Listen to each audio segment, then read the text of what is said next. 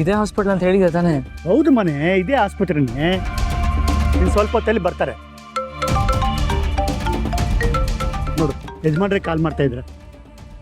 Hello ಯಜಮಾನ್ರೆ, ನಾವಿಲ್ಲೇ ಆಸ್ಪತ್ರೆ ಎದುರುಗಡೆನೆ ನಿಂತಿದ್ದೀವಿ. ನೀವೀಗ ಬಂದರೆ ನಾವು ಹೇಳಿದ ವ್ಯಕ್ತಿನ ಮೀಟ್ ಮಾಡ್ಬೋದು. ಸರಿ ಸರಿ ಬನ್ನಿ. ಏನಂತೆ? ಕಾರ್ ಪಾರ್ಕ್ ಮಾಡ್ತಿದ್ದಾರೆ. ಅಪ್ಪ, ಅವ್ರು ಇಲ್ಲಿಗೆ ಬಂದಿರೋ ವಿಷಯ ಯಾರಿಗೂ ಗೊತ್ತಾಗಬಾರ್ದು, ಹಾಗೆ ನೋಡ್ಕೋಬೇಕು. ಸುಮ್ಮನೆ ಜನಕ್ಕೆ ಗೊತ್ತಾದ್ರೆ ಜನ ನ್ಯೂಸ್ ಚಾನಲ್ ಎಲ್ಲ ತುಂಬಿಡ್ತಾರೆ. ಸರಿ ಕಣೋ, ಯಜಮಾನ್ರು ಬರ್ತಿದ್ದ ಹಾಗೆ ಹಾಗೆ ಆಸ್ಪತ್ರೆ ಒಳಗೆ ಕರ್ಕೊಂಡು ಹೋಗ್ಬಿಡೋಣ. ವಿಷಯ ಆಚೆ ಹೋಗದೆ ಇರೋ ಥರ ಆದಷ್ಟು ಪ್ರಯತ್ನ ಪಡೋಣ. ಯಜಮಾನ್ರೆ, ಸುಬ್ಬು ನೀನೇನು ಇಲ್ಲಿ? ಅದನ್ನ ಬರೇ ಎಲ್ಲ ವಿಷಯ ಗೊತ್ತು ಯಜಮಾನ್ರೆ. ಅದ್ರ ಬಗ್ಗೆ ಆಮೇಲೆ ಮಾತಾಡೋಣ. ಮೊದಲು ಇಲ್ಲಿಂದ ಒಳಗಡೆ ಹೋಗ್ಬೋಣ. ನೀವು ಇಲ್ಲಿರೋದು ಗೊತ್ತಾಗ್ಬಿಟ್ರೆ ಜನಕ್ಕೆ ಸುಮ್ಮನೆ ಜನ ಸೇರ್ತಾರೆ. ಆ ವ್ಯಕ್ತಿಯಿಂದ ಮೃತ್ಯು ಬಗ್ಗೆ ಏನಾದರೂ ಗೊತ್ತಾಯ್ತಾ? ಏನಾದರೂ ಗೊತ್ತಾಗಿದ್ದಿದ್ರೆ ಅವನ ಸಾವಿಗೆ ನ್ಯಾಯನೂ ಒದಗಿಸ್ಕೊಡ್ಬೋದಿತ್ತು. ನಾವು ಕೆಲವು ನಿಜಗಳನ್ನ ತಿಳ್ಕೊಬೋದಿತ್ತು. ಬನ್ನಿ ಯಜಮಾನ್ರೆ, ಮೊದಲು ಒಳಗೋಗೋಣ, ಆಮೇಲೆ ದಯವಿಚ್ಛೆ ಹೇಗಿದೆಯೋ ಹಾಗಾಗುತ್ತೆ. ಸರಿ ನಡೀರಿ ಬನ್ನಿ.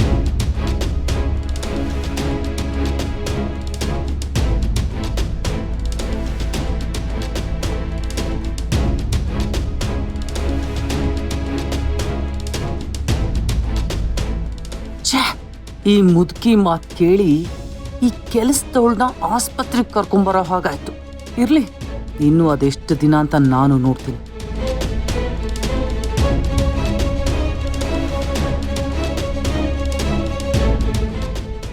ಬನ್ನಿ ಬನ್ನಿ.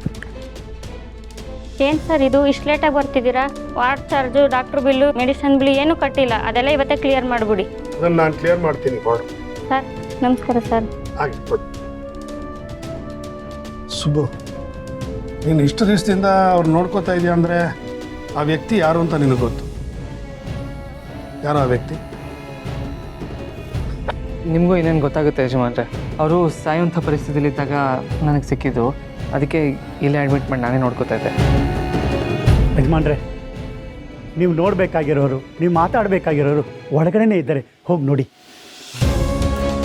ಬನ್ನಿ ಯಜಮಾನ್ರೆ, ಮೊದಲನೇ ವಾರ್ಡಲ್ಲಿ. ಅದೇನಾಗುತ್ತೋ ಆಗಲಿ. ಏನೇ ಆದರೂ ನಂದಿನಿ ಅಮ್ಮವ್ರ ಜೊತೆಗೆ, ಯಜಮಾನ್ರ ಜೊತೆಗೆ ನಾವಿರ್ತೀವಿ. ಬಾ, ಬಿಲ್ ಏನಾಯ್ತು ನೋಡೋಣ.